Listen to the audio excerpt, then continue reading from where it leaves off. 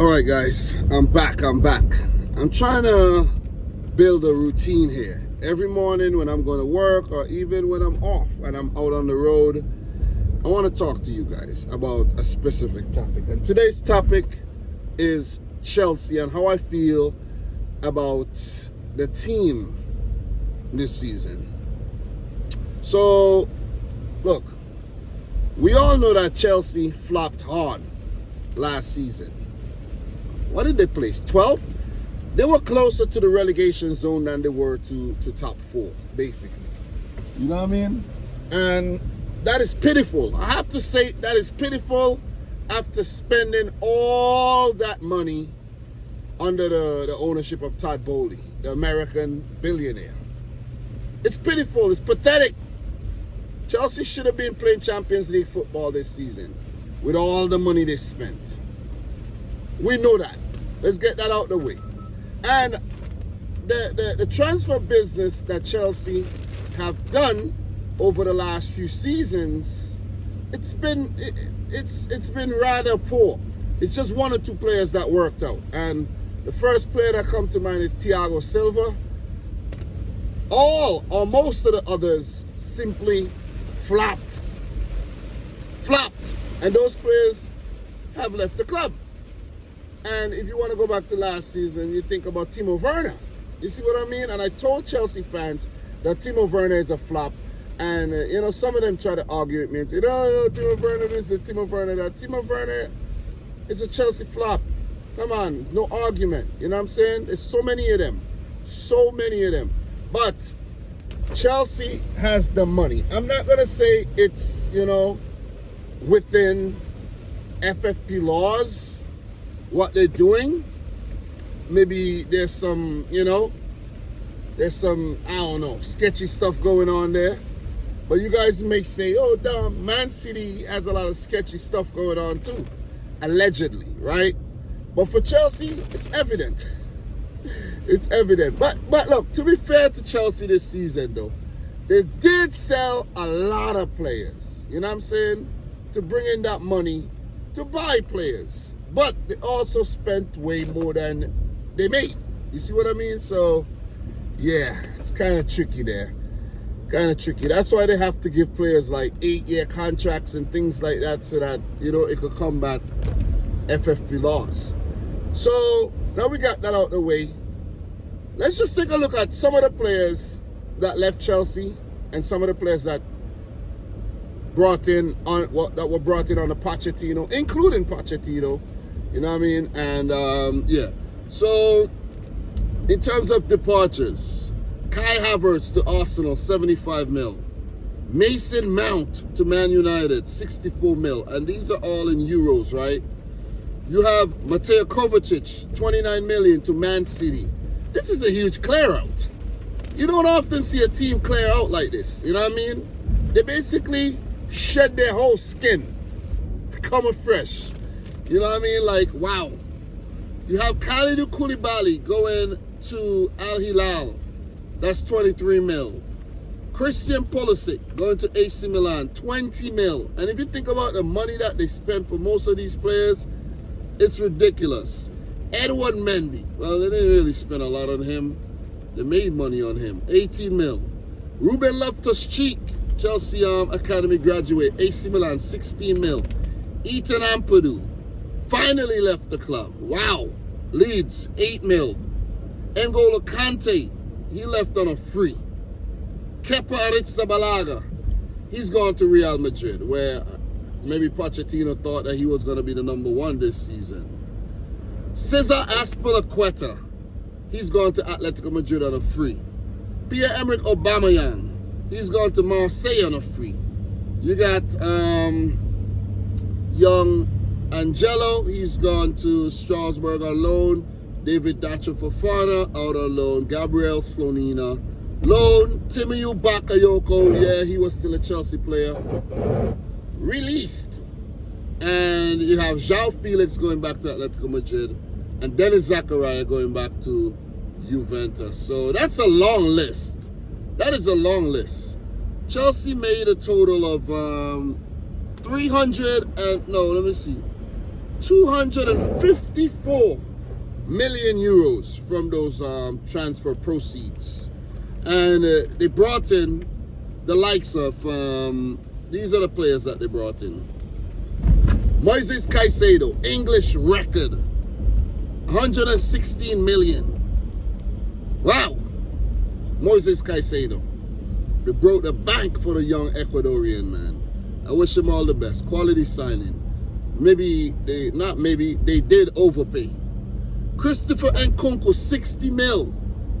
A lot of money, but Nkunku comes clutch, you know what I mean? But he's injured, unfortunately, you know what I mean?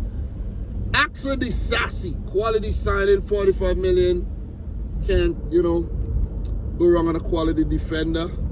He brings me, Benoit Badiashile to mind. That's a player that they did buy last season as well. He's still there. You have Nicholas Jackson, the young Senegalese, 37 million. Leslie Oguchukwu, he made his debut on match day 1. Defensive midfielder, those are hard to find. Liverpool. And you have the likes of Robert Sanchez coming in from Brighton. He's now their number 1 goalkeeper. I think he's capable. Angelo, young winger, coming in from Santos, out on loan already. Levi Colwell coming back from loan. They're going to keep him. Ian Matson, great spell with Burnley, coming back from loan there. They're going to keep him as well, it seems. Lewis Hall being linked to Newcastle, so maybe they make some money from him. Romelu Lukaku, I think he's still at the club, coming back from loan, but they're going to try to get rid of him. You have Malo Gusto. They bought him, and he's now going to take part in the first team. You have Callum Hudson-Odoi is still there, but they're looking to sell. And you have Malang Sarr. I think he might still be out on loan, or maybe at the club looking for a solution. So wow, it's a lot of business with 323 million spent this season already. So they're in the hole about maybe 75 million, 70 million or so. Not bad, but still, you know what I mean? I was impressed with Chelsea against Liverpool. I was really impressed. And, what Pochettino has done in his short time at the club is nothing short of impressive. So that just gave us a clear indication that Chelsea are going to do well this season. Chelsea are a type of team that they'll have a bad season and they'll bounce back tremendously, even with a new manager. They've shown it over the years, you know what I'm saying? They've done that. They've really done that. And I think they could do something special this season once they keep players fit, once they stick to the script, once, the players, be a sponge on the Pochettino and learn what they could learn, because these are youngsters. Raheem Sterling, he's part of the mix right now, of course, you guys know that. And, Cesar Azpilicueta, new captain, Reece James, Ben Chilwell, you have Mark Cucurella and all these guys still at the club. So there's still a core, but it's not a very, very strong core in my opinion. It's not a strong core, and they need to rebuild the core, if you ask me. Because Chelsea, they're still looking light on experienced players in key areas. Because there's a lot of changes made. But these youngsters, they look hungry, man. They look hungry. And you have the likes of Wesley Fofana still to come back from injury. You have Trevor Chalobah. He didn't feature on match day 1. So there's a lot of depth still in this team. A lot of depth. Left back, you know what I mean? There's the likes of right back with Malo Gusto now being able to help Reece James. Enzo Fernandez, big signing last season. New man coming in what's his name? Romeo Lavia. You know what I'm saying? So Chelsea fans should be excited. Conor Gallagher, they should be really, really excited, man. Carney Chukwuemeka. These are players from last season that, came into the first team and are looking to prove their worth. Mikhailo Modric, big money spending big money player, big money signing, big money signing, man. You know, so, you know, Nadi Madueke. These are exciting players. These are exciting players. Hakim Ziyech. I think he's he's not. I think he's on the verge of leaving if he's not left already. He does not have a squad number. He's another player that flopped hard at Chelsea. You know what I mean? So, wow. I'm glad I really took a look at this list. Armando Broja is still there. Maybe he'll leave. I don't know. But, you know, wow, man. Wow. So a lot of talent stacked into one team.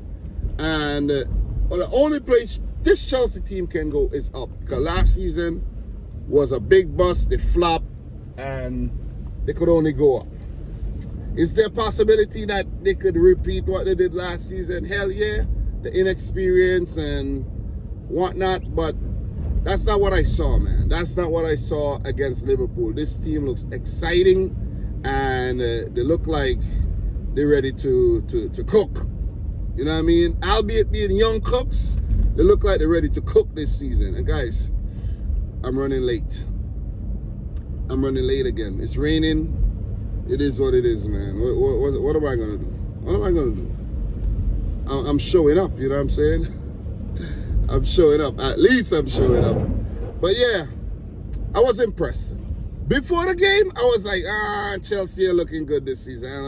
They ain't looking good. They're looking good. If I had to make Premier League predictions, I probably would have had them maybe around 10th, 9th, 10th. I think they could place a lot higher than that. Even compete for top 4 to be back in the Champions League next season. And also the fact that they're not playing any European football this season would give them time to gel, would give them time to actually do their thing. And there's a bus that just passed there. Damn. Missed it. Another one should be coming soon though. But yeah, that should help. And that should help reduce the workload so players don't suffer too many injuries. So guys, I'm your boy Dominic Rich. This is Dominic Rich FC. Just wanted to share some quick thoughts on how the Chelsea team looked this season. I did talk about Liverpool briefly. And yeah, talk about Man City a little as well. We got to talk about United. Maybe I'll do that tomorrow. But guys, I'm your boy Dom. And until next time, peace out. Rich Squad. Chelsea fans, let me know what you think, man. Talk to me down below. Talk to me. How you feeling? Liverpool fans, how you feel about Chelsea? United fans, how you feel about them, man? You scared or you not?